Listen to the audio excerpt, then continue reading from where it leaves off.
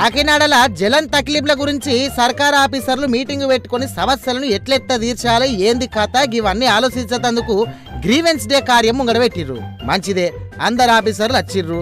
ఇక ఒకరికొకరు జనం కోసం ఎంత మంచిగా ఆలోచిస్తుర్రో చూడుము. ఈ పెద్ద సార్ అయితే నిద్రనే ఆలోచిస్తుడు కదా. ఆడ మీటింగ్ నడుస్తుంటే సార్కు జోలబాట వాడినట్టున్నది. జో అచ్యుతానంద జో జో ముకుందా ఏసల గుసబెట్టినాకడ నిద్ర రాకుంటే ఇంకేమవుతుంది పాటు. గీయో గీ సార్లు చూడు రే, డైరెక్ట్ ప్యాక్ ఆట దుఃఖమే తెరిచిండు కదా. అంటే ఆన్లైన్ లో రమ్మి ఆట ఆడుతుండు. ఓ సారు, ఆ క్యారెట్ ఆడు కాదు, ఇటు పెట్టు, ఇంకో క్యారెట్ దియ్యి. పాపం ఈ సార్ అయితే ఇన్స్టాగ్రామ్ లో ఫోటోలు చూసుకుంటే బిజీ అయిపోయింది వాళ్ళ.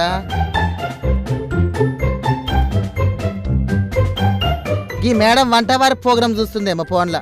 ఇల్లే కాదు, ఒకళ్ళ ఫోన్లో ముచ్చట్లు పెట్టుకుంటా తల్లాడుతుంటే ఇంకొకరు ఫేస్బుక్ లో లైకులు కామెంట్లు ఇట్లా పెట్టేయడం పెట్టుకున్నారు.